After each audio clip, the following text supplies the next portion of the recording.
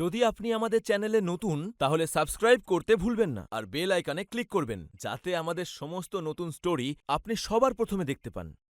ঘন জঙ্গলের বিস্তৃত অঞ্চল থেকে হিংস্র পশুদের চিৎকারের আওয়াজের সাথে সাথে বড় বড় গাছের পাতার শব্দ। এমন মনে হচ্ছিল যেন গাছেরা নিজেদের মধ্যে কথা বলছে। অনেক দূর পর্যন্ত এই ঘন জঙ্গলে এক বিন্দুও আলো দেখা যাচ্ছিল না। এই জঙ্গলের মাঝে কিছু বড় বড় গাছ ছিল এবং তাদের গোড়াগুলো মাটি থেকে বেরিয়ে এসেছিল। দেখে মনে হচ্ছিল যেন কোনো হিংস্র দৈত্যাকার পশু তার গোটা শরীর দিয়ে পথ আটকে দাঁড়িয়ে রয়েছে। এমনই ঘুটঘুটে অন্ধকার জঙ্গলের মধ্যে মোবাইলের আলোর সাহায্যে এগিয়ে চলেছে। এই ভয়ানক পরিস্থিতিতে বুকে বল নিয়ে জঙ্গলের মধ্যে এগিয়ে চলা ভীষণই কঠিন কাজ হয়ে উঠেছিল, কিন্তু কোনো একটা বিশেষ কারণ তাকে এখানে নিয়ে এসেছে। অঙ্কিত আর তার দুই বন্ধু এত রাতে কোনো একটা কাজের জন্য শহরে যাচ্ছিল। বাবা অঙ্কিত, তুমি যেতে চাইছো, আমি তোমায় আটকাবো না, কিন্তু একটা কথা মনে রেখো, যাই হয়ে যাক তুমি কিছুতেই জঙ্গলে গাড়ি থামাবে না। আশা করি আমার কথা তুমি শুনবে। বাবা, তুমি ফালতু এত চিন্তা করছো। আমি এই পিশাচিনির ব্যাপারে গল্পেই পড়েছি, বাস্তবে এসব কখনোই হয় না। অকারণে এত চিন্তা করো না। বাবা, তুই কি জানিস যে বিগত কত বছর ধরে আমরা এই পিশাচিনির আতঙ্ক নিয়ে বেঁচে আছি? তাই চাই ঈশ্বর তোমায় রক্ষা করুক। অঙ্কিত নিজের গাড়ি করে বন্ধুদের সাথে শহরের উদ্দেশ্যে রওনা দিল। যখনই ওরা জঙ্গলের মধ্যে পৌঁছল, গাড়ির লাইটটা নিচের থেকেই অন অফ হতে শুরু করেছিল। মনে হচ্ছে ওই জঙ্গলের বিপদ শুরু হতে চলেছে। তাই তো এই লাইটগুলো। তুই সব বোকার মতন ভাবিস, এগুলো সব টেকনিক্যাল প্রবলেম, এগুলোর সাথে জঙ্গলের কোনো সম্পর্ক নেই, বুঝলি তুই? এমনটা বলে অঙ্কিত লাইটের সুইচ দুবার তিনবার অন অফ করে এবং লাইটও ঠিকঠাক চালু হয়ে যায়। তোমরা দেখলে তো, সামান্য জিনিস নিয়ে বড়ই চিন্তা করো। গাড়ি নিয়ে যেতে যেতে তারা একেবারে জঙ্গলের মাঝে। তখন ওই ঘুটঘুটে অন্ধকারে আকাশ একেবারে মেঘাচ্ছন্ন। আচমকাই মৃদু হাওয়া একেবারে জোরে বইতে শুরু করে দিয়েছিল। রাস্তার দুধারের গাছগুলো হাওয়ায় দুলছিল। এমনই পরিস্থিতিতে ওই শুনশান রাস্তা আরো ভয়ানক হয়ে উঠেছিল। ভাই, হঠাৎ আবহাওয়া এমন হয়ে গেল কেন? অঙ্কিত, গাড়িটা থামা। সব ঠিকঠাক হয়ে গেলে তখন আমরা আবার যাওয়া শুরু করব। না, এই জঙ্গলে দাঁড়ালে আমাদের আরো বিপদ হবে। তুমি না থেমে গাড়িটা চালিয়ে নিয়ে যাও। তোমরা দুজনেই বড় ভীতু, কিচ্ছু হবে না বলছি তো। কিছুক্ষণের মধ্যে আবহাওয়া ঠিক হয়ে যাবে। আমরা আস্তে আস্তে এগিয়ে যাচ্ছি। অঙ্কিত ধীরে ধীরে গাড়িটাকে এগিয়ে নিয়ে যাচ্ছিল। আবহাওয়া যেন ক্রমশ আরো খারাপ হয়ে উঠেছিল। আচমকাই বৃষ্টির বড় বড় ফোঁটা পড়তে শুরু করেছিল। তখন অঙ্কিত গাড়ির ওয়াইফারটাকে অন করে আর সেখান থেকে সব আজগুবি আওয়াজ আসতে শুরু করেছিল। অঙ্কিত তাড়াতাড়ি করে গাড়িটার কাঁচ পরিষ্কার করতে শুরু করে, কিন্তু কাঁচের গায়ে আঠালো কি একটা পদার্থ লেগেছিল, মনে হচ্ছিল লাল রক্তের মতো। তারপরে অঙ্কিত গাড়িটাকে থামিয়ে হাত দিয়ে যেই কাঁচটাকে পরিষ্কার করতে যায়, দেখে তার হাত লাল হয়ে যায়। গাড়ির গায়ে এতটা রক্ত দেখে অঙ্কিত একেবারে অবাক হয়ে যায়। তখনই গাড়ির ব্যাক ভিউ মিরার দিয়ে পেছনের সিটে একটা ছায়া দেখতে পায়। ও এক ঝটকায় পেছনে ঘুরে তাকায়, কিন্তু দেখে সেখানে কেউ ছিল না। কিন্তু খুঁটিয়ে দেখার পর দেখলো গাড়ির সিটটা ডেবে রয়েছে, মনে হচ্ছিল কেউ বসে রয়েছে। তারপরে ওখানে সবাই পিশাচিনিকে দেখতে পায়। তারপরেই গাড়ির তাপমাত্রা কমতে কমতে এতটাই কমে যায় যে সবার হাত পা জমে যাচ্ছিল একেবারে ঠান্ডায়। অঙ্কিত গাড়ি চালাতে চালাতে কন্ট্রোল হারিয়ে ফেলে। তখনই আচমকা অঙ্কিতের বন্ধুকে এই পিশাচিনি নিজের বড় বড় নখ দিয়ে খুবলে শরীর থেকে হৃৎপিণ্ড পার করে নিয়ে আসে। তখনই তীব্র রক্ত ছিটে অঙ্কিতের মুখে এসে পড়ে। অঙ্কিত তখন গাড়ির দরজা খুলে তাড়াতাড়ি গাড়ি থেকে নেমে পড়ে আর ওই চলন্ত গাড়ি একেবারে গাছে গিয়ে ধাক্কা মারে। সকালবেলা একজন ওই পথ দিয়ে যাচ্ছিলেন, তখন তার নজর ওই গাড়ির দিকে পড়ে। অঙ্কিতের অন্য দুই বন্ধু গাড়ির ধাক্কায় তখনই মারা যায়। অঙ্কিত 6 মাস কোমায় থাকার পর মৃত্যুর মুখ থেকে বেঁচে বাড়িতে ফেরে, কিন্তু সেই রাতের ভয়ানক ঘটনা ওর থেকে থেকেই মনে পড়ে যাচ্ছিল। তাই মানসিক চাপও বেড়ে যাচ্ছিল। এত বড় ভয়ানক ঘটনার পর ছেলে ফিরলেও ও একেবারে লাশের মতো পড়ে রয়েছে। থেকে থেকেই ও দুঃস্বপ্ন দেখছে। আমি যে এখন কি করি? অঙ্কিত ঘুমিয়ে ঘুমিয়ে ওর বাবার কথা শুনছিল, কিন্তু ওর বাবা কিছু বলার আগেই ও উঠে বসে বলতে শুরু করলো।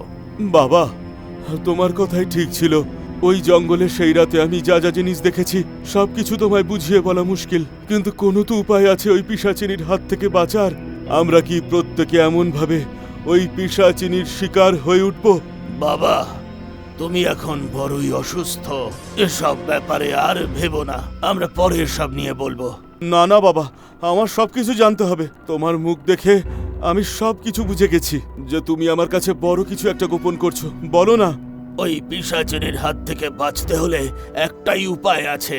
পুরনো জঙ্গলের মধ্যে থাকা এক তান্ত্রিকের যজ্ঞ সম্পর্কে কেউ কিছুই জানে না। জানি না ও কোথায় থাকে, আর এখন সে বেঁচে আছে না মরে গেছে সেটাও জানি না। ওই তান্ত্রিককে খুঁজে বার করতেই হবে, যাতে এসব বিপদ থেকে আমরা মুক্ত হতে পারি।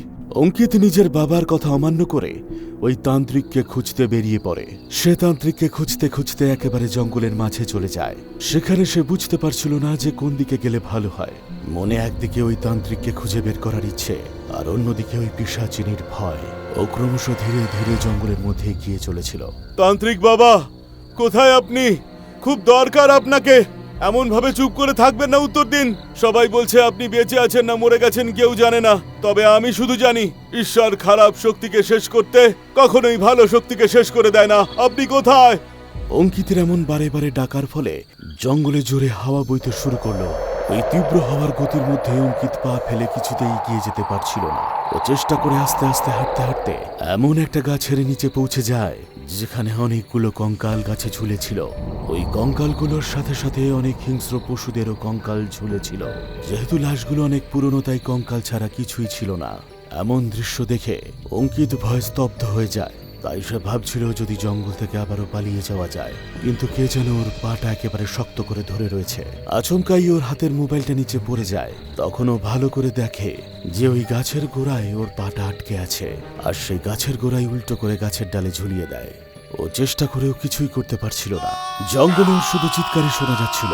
তারপরেই আচমকা ওর পায়ে একটা কারেন্টের মতো শক লাগে, আর এমন কারেন্টের প্রবাহের পর ওর পাটা বাঁধন থেকে মুক্ত হয়ে গেছিল, আর উল্টো অবস্থায় দুম করে নিচে এসে পড়ে। কিছুক্ষণের মধ্যে নিজেকে সামলে নেওয়ার পর ও যখন তাকালো, দেখলো সামনে একজন তান্ত্রিক এসে দাঁড়িয়েছে। তোমরা বন্ধুরা এক পিশাচিনীর ভয়ে পালাচ্ছিলে, ওকে কিভাবে মারবে? হ্যাঁ বাবা, আপনি ভুল বুঝছেন।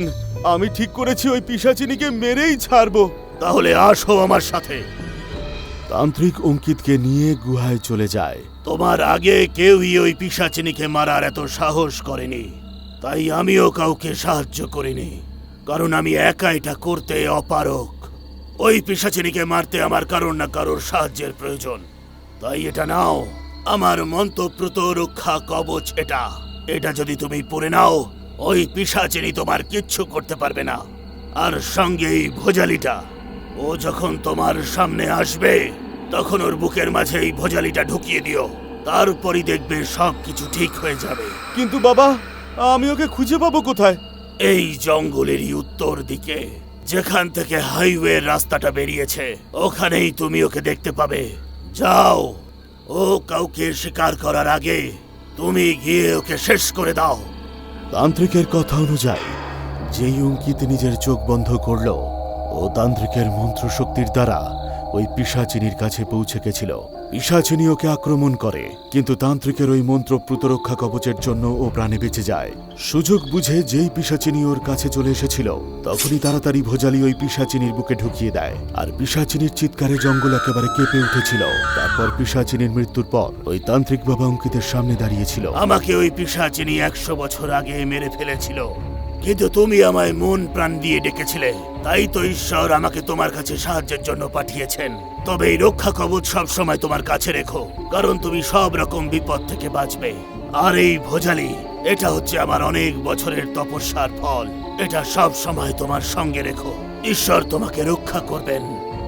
আজ অঙ্কিত ওই তান্ত্রিক বাবার দেওয়া রক্ষা কবচ এবং ভোজালির সাহায্যে অনেক প্রেতাত্মা এবং পিশাচিনীদের শেষ করেছে। যদি আপনি আমাদের চ্যানেলে নতুন, তাহলে সাবস্ক্রাইব করতে ভুলবেন না আর বেল আইকনে ক্লিক করবেন, যাতে আমাদের সমস্ত নতুন স্টোরি আপনি সবার প্রথমে দেখতে পান।